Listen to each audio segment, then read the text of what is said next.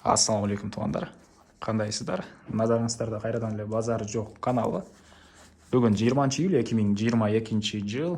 Мен Бишкек шаарынын Пишпек деген районунда жүрөм туғандар. Ушул жерден ушул көрүп турган үйүңүздөр сатылаптыр.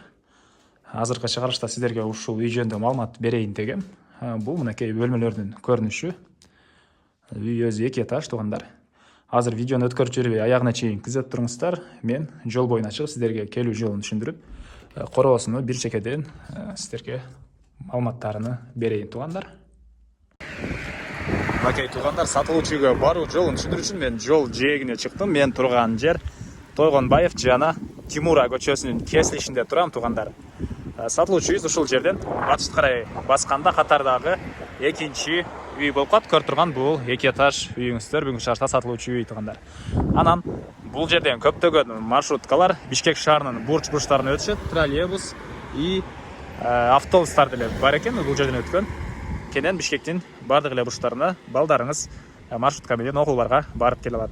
Мектептер боюнча айтсак, жакын мектептер 2 жерде бар экен. Жакын жөө барып келгенге болгон мектептер жана мына сатылуучудан чыкканда эле туш тарапта бала бакча Мечта деген бар экен. Бала бакча жаныңыздарда. Балаңызды көтөрүп алып барып кое аласыздар. Анан бул жерде авиационный училище деле бар экен жакын жанында. Аларды деле айта кетейин. Бул бүгүнкү чыгарыштагы сатылуучу үйүсүн көчө тараптан көрүнүшү туғандар. Мынакей. Көрүп турганыңыздардай пескоблок менен көчө тараптан тосулган жана көрүп турганыңыздардай ворота орнотулган. Тойгонбаев көчөсү 54-чү даректе жайгашкан туғандар. Мынакей бул көчө тарабы. Андан ары короосуна кирейин деп калган маалыматтарды берейин. Бул короосунун көрүнүшү. Жердин аянты 4 соток туғандар. Документтер боюнча китеп, техпаспорт бар экен. Жердин аянты 4 соток. Суу, свет, газ, канализация, центральный канализация бар туғандар. Үйдө отопление бар, ал электр энергиясы менен, газ менен жана көмүр менен жылыталат үйдү. Анан үй жөнүндө айтсак, 295 квадрат метр толук түрдө кирпич менен бүтүрүлгөн.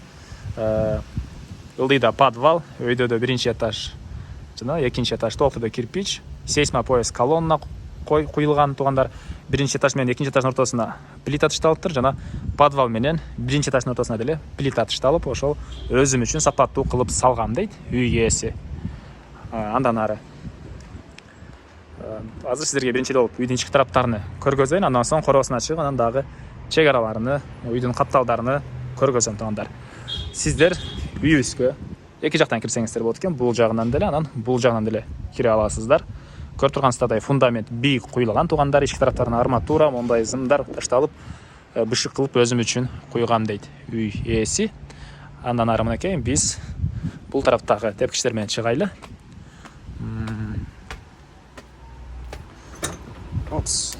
Бул жакта прихожка. Азыр бут кийимди чечип алайын туғандар. Мынакей бул жакта прихожка. Түндүк тараптан 2 негизги кирүүчү эшик орнотулган. Бул жагы мындай чоң терезелер орнотулуптур туғандар. Полу кафель, потолок пластик экен бул жер. Анан ушул жерден түз кирсеңиздер, бул жакта холл жайгашкан. Бул жак холл туғандар. Бул холлдон биз башка бөлмөлөргө өтүп кете алат экенбиз. Жана подвалга деле бул жактан түшүп кетсеңиздер болот. Окей, бул холлдун көрүнүшү, потолок натяжной потолок, дуалдар, обой. Ушул жерден оң тарафка кирсек, бул жерде кухня жайгашкан. Окей, ички тарабынан раковина орнотулуп, суу чыгарылыптыр. Көрүп турганыңыздардай мебелдер орнотулган. Ушунун баары калат туғандар, мебелдер баары калат. Кондиционер орнотулган жана түндүк тараптан 2 терезе орнотулуптур. Полдор бардык бөлмөлөрдүкү ламинат. Анан бул раковинанын түбүнө фильтр орнотулган туғандар. Бул жакта посуда жууган эме деле бар экен. Мойка. Автоматически жууган посудаларды. Андан ары биз кайра эле холлго чыгып калган бөлмөлөрдү көргөзөлү. Мебелдердин көп эле калат туғандар. кээ бир бытовый техникалар деле, кыскасын айтканда көп эле мебель, бытовый техникалар деле калат. Анан ушул эле колдон түз өтсөк, бул жакта мондай коридор. Бул коридордон оң тарапта мондай эшиктер жайгашкан. Бирөөсү бул жакта санузел, дуалдары кафель, потолок гипсокартон, суу арестон менен жылыйт туугандар. Пол деле кафель экен, ички тараптан раковина орнотулуп суу чыгарылыптыр. Мына ушундай көрүнүштө жана батыш тараптан форточка деле орнотулган туугандар. Андан кийин экинчи этажда дагы бир санузел бар туугандар. Бул биринчи этаждагы санузел. Бул жакта туалет өзүнчө орнотулуптур. Раковинасы бар, унитаз төрүндө, дуалдары жарына чейин. Кафель бул эмне жымыраак ушундай материал, анын өйдө жагы обой экен, потолок гипсокартон туугандар. Андан ары түз өтсөк, бул жакта мондай бир спальня бөлмө жайгашкан. Түштүк тараптан чоң терезе орнотулуптур.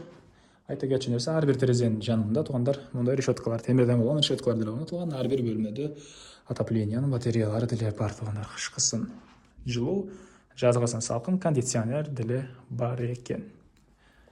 Андан ары кайра колго чыгып оң тарапка кайтсак, бул жерде зал бар туугандар. Потолок гипсокартон экен, дуалдар обой, түштүк тараптан чоң терезе орнотулуптур. Мына ушундай көрүнүштө. Отоплениянын батареясы төрүндө орнотулуптур. Мына ушундай туугандар эми. Андан ары сиздерге кайра эле холго чыгып, бул тепкичтер менен чыксак экинчи этажга, анан бул жактан түшсөк подвалга түшүп кетип экенбиз. Азыр сиздерге биринчи эле болуп экинчи этажды көргөзөйүн туугандар. Так, дагы бир эскерте кетейин. Биринчи этаж менен экинчи этаждын ортосуна плита ташталган туугандар. Сапаттуу плита таштаганбыз дейт үйэси. Бул экинчи этаждын холу, мынакей. Мына ушундай көрүнүштө. Пол ламинат. 3 терезе бул жактан орнотулуптур. Кондиционер орнотулган туугандар. Бул жакта бир бөлмө бар экен.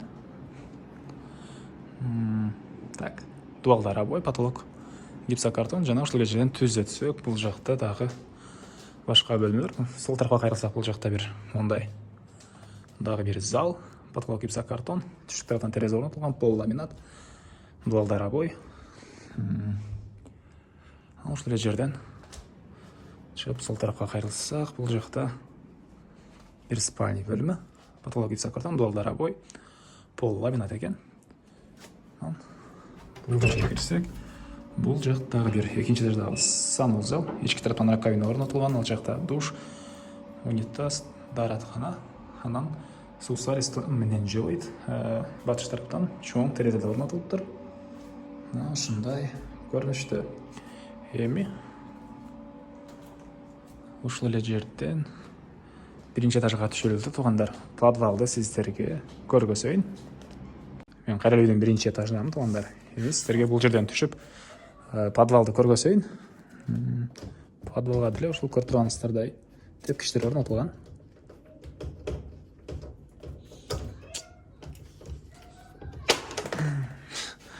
Ачылбай койду кайчы. Так, мынакей. Бул жактан түшсөңүздөр болот, анан ал жактан тышкы тараптан деле подвалга түшсөңүздөр болот. Дагы бир жолу эскерте кетейин, подвал менен биринчи этаждын ортосуна дагы плита, биринчи этаж менен экинчи этаждын ортосуна дагы плиталар коюлган. Окей, подвалга түшкөндөгү мондай бөлмө. Подвалыбыз 80% бүткөн деп айтты үйэси. Бул жакта бир бөлмө мондай. Бул жерге негизи машыгуучу зал кылайын деген ой болгон экен үйэсинин. Анан бул жакта дагы бир бөлмө. Бул жерден түз өтсөк, бул жакта отоплениянын котелдору жайгашкан. Газовый котел, көмүр жана электр энергиясы менен жылыткан котелдор деле бар. Анан бияктан деле чыгып кетсеңиздер болот, түз эшикке карай.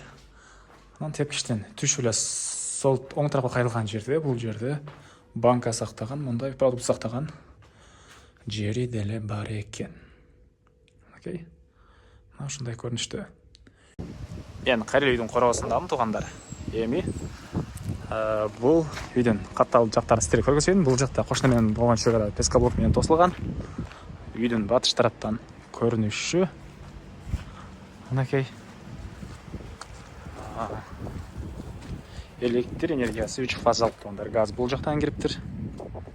Окей, мына ушундай көрүнүштө подвалга сиздер бұл жак менен эле кирсеңиздер болот. Андан ары чыгыш тарабына өтөлү. Жердин аянты 4 сотук туғандар. Анда дагы эскерте кетейин.